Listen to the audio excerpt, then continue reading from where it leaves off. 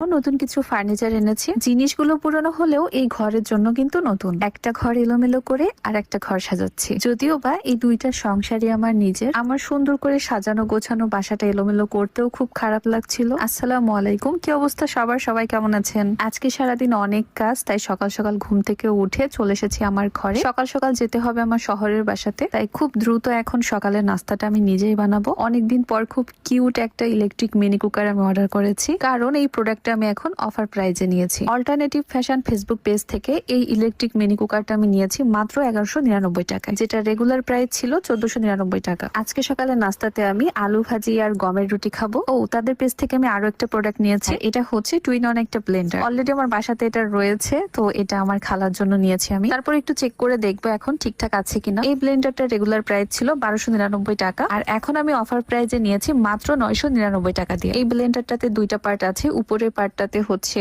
যাবতীয় ভেজা জিনিস, লাইক যে কোনো টাইপের ফলের জুস, আদা, রসুন, পেঁয়াজ সবকিছু পেস্ট করা যাবে। আর নিচের পার্টটা দিয়ে শুকনা জাতীয় যাবতীয় জিনিস কিন্তু গুঁড়ো করা হয়। আর দেখেন গুঁড়োগুলো কত সুন্দর মিহি হয়েছে। আর এই তো খুব অল্প সময় আমার আলু ভাজিও করা শেষ। এই মিনি কুকারটার খুবই সুবিধা, সবকিছু এতে রান্না করা যায়। যাই হোক, প্রোডাক্ট গুলো যদি আপনারা নিতে চান তাহলে অল্টারনেটিভ ফ্যাশন ফেসবুক পেজে আপনারা ইনবক্স করতে পারেন, আর আমার নাম বললে আপনারা অফার প্রাইজে এগুলো পারচেস করতে পারবেন। তো খাওয়া দাওয়া তো শেষ করে নিয়েছি, এখন সোজা চলে যাব আমার শহরের বাসাতে, কারণ ওই বাসা থেকে এই বাসার জন্য কিছু জিনিস আনতে হবে। আমার তো ছোট্ট একটা ফ্রিজ, তো এই ফ্রিজে এখন আর তেমন কিছু ধরেই না, তো আরেকটা ফ্রিজ হলে ভালো হয়। তো এই জন্য ভাবলাম আমারটা এনে দিই, কারণ এই বাসাতে ফ্রিজটা পড়েই থাকে, তেমন কিছুই রাখাই হয় না।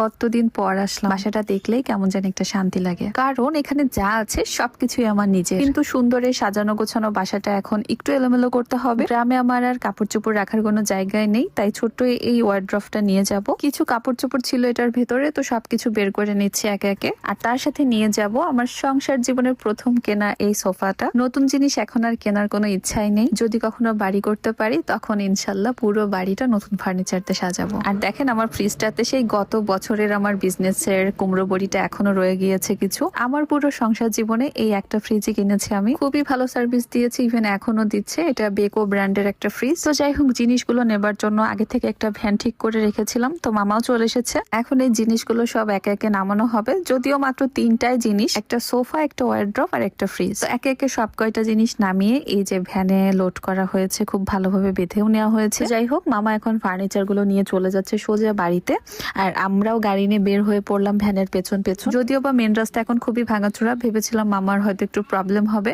তো যাই হোক, শেষমেশ ফার্নিচার গুলো খুব ভালোভাবে এসেছে বাড়িতে, কোনো সমস্যা হয়নি। যদিও বা এগুলো এমন থাকবে না, এগুলোকে সব আবার নতুন করে রিপেয়ার করা হবে। আর ঘরে যে জানালার গ্রিল গুলো থাকে সেগুলো আজকে রং করা হচ্ছে, তো আশা করে